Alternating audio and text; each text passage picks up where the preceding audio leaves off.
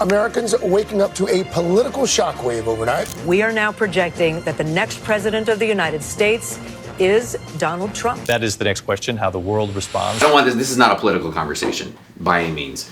But this morning, what are you laughing about? Nothing. We just are having an inside conversation. Okay, this is not political at all, but now that we know who's going to be president, what does it mean for 2025 real estate?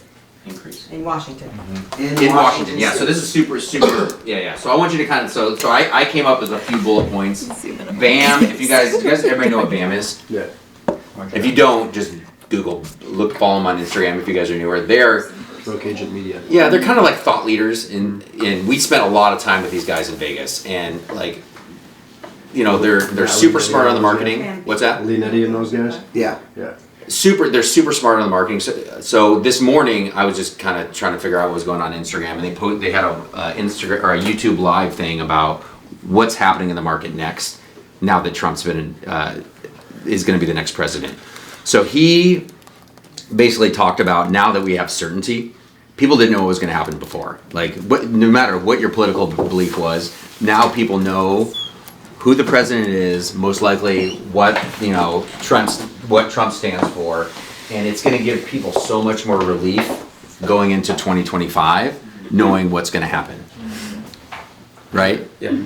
Anybody? It started even before that because, again, with Sammamish, the one that we're under contract is a new construction, and I talked to the guys and they were like, we have people that have literally told us to our face, we're just waiting to see what happens on Tuesday. Yeah, and the stock market the stock went nuts this morning. It's up like 1,500 points or something like that. Yeah. But even most analysts were looking at it like in the last couple of days, thinking that Trump was going to win, and the stock market was kind of taking off anyways. So people have that much more confidence, and if you weren't around in the boom of COVID, it was nuts, right? So if you've only been in the industry for like a few months or a year or so, right?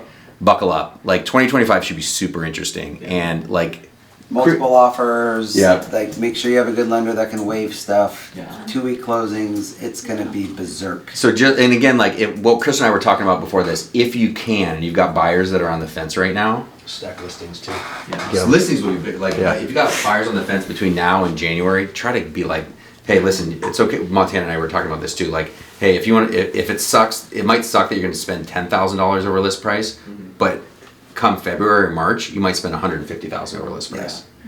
Yeah. It is an impactful conversation, I think, to have with your clients right now, just to be like, it's time to go. Yeah. I mean, that was exactly the conversation I had with mine, is because we knew that they said we're waiting until we see what happens. And it's like, again, we went Reddit list, we got credits still, and it worked because it was going to get crazy, and he understood that. And I think the good thing was the client also understood that too, that it wasn't just me saying it, but they also were like, okay, yeah, I can see that happening because you reflect to what had happened before. Mm-hmm. So that's where it was easy, just, okay, cool, let's sign it. And it was more money than they were hoping / wanting to spend at that time.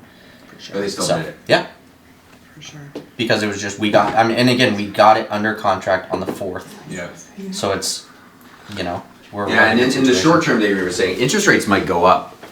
It's just spiders. Oh my god. Gross. It's a little daddy long leg. Where I can't see nothing. Baby, it's right. It's tiny. right, Tyler. Oh, it's fine. tiny. Over the table. It's tiny. It's It's like- the basement. It's the dungeon. Oh, Anyways. no. Oh no. Spider-Man. No, what are you doing? Wait, I'm going towards it. Did you get it? Yeah. Wow. Go away. Yeah, one thing to keep in mind too about elections is there's only been ever 2 years since they've started measuring data. 2 years post-election, it was 2009 and 1981, stock market crash, and then the housing market crash, when more homes were not sold than previous years in the election. So typically housing marks take off. Yeah, after an election, there's much more sales Saw that in Instagram volume. post too. Well, no, is that How it happens, Rayanne. I'm sharing some information with the team currently. You didn't mean to be that Only bold. one person can speak at a time. Yeah, I'm the only one that ever sees Instagram posts. So Yeah, right. Yeah, okay. yeah, so that's what I know. Anyways, Rayanne, Yeah. what do you got to say? No, it's very true. It's very true. I have nothing to say.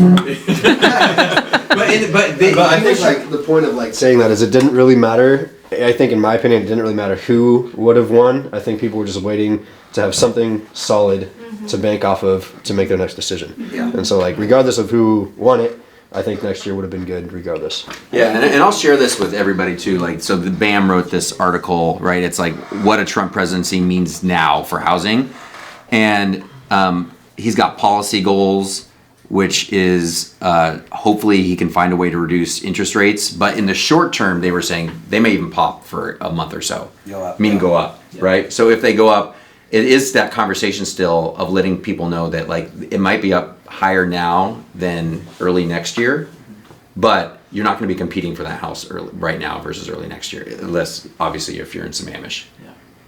As well. Right. So be prepared that maybe in the short term and just staying in front of it and knowing some of these data points. Again, I'll share all this with you guys because Trump, like I'm just going down this. Both him and Harris were both trying to find a way to support first-time home buyers. So that still is something that they're talking about. Mortgage rates again may go up in the short term, but come down throughout next year. And we don't know, like with all the national lawsuits and whatnot, like what does that mean with the new leader in office? What's that? What do you think? Waived? Yeah. What do you mean? I don't like the NAR stuff. Yeah. I think there'll be individual things, but as a global thing, it's not going to be an issue really anymore. I don't think, unless one individual gets sued for a specific thing that happened directly to them. Yeah. But outside of that, I don't think it'll be an issue. Yeah. Is anybody seeing anything, like speaking of that, the NAR stuff, working with buyers, anybody come through any hiccups at all? Signed a non-exclusive buyer's agency agreement. How did that feel? It sucks, but I told them it's like the how dang thing. How dang.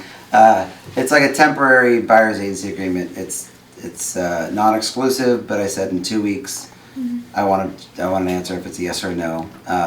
And they've already, after showing them a couple of houses for a couple of days, they've already said they wanted to work with me. So I'm still going to give them that week to build that comfort for them, but it's more of like a trust factor thing. But I don't like doing that, but I have to. Well, how does the conversation go? Because I think it's good because again, it protects you because we have to do it.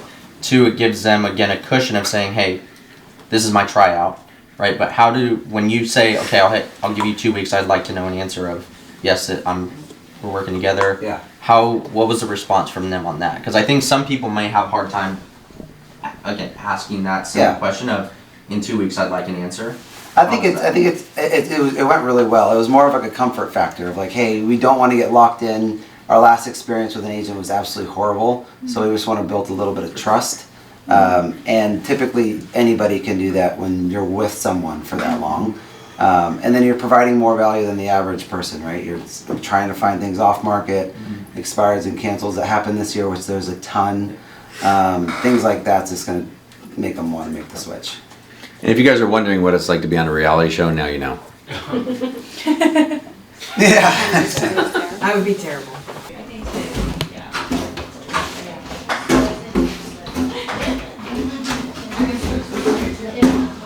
Sit. Let's go, baby. What's up, Shallon? What's up, man?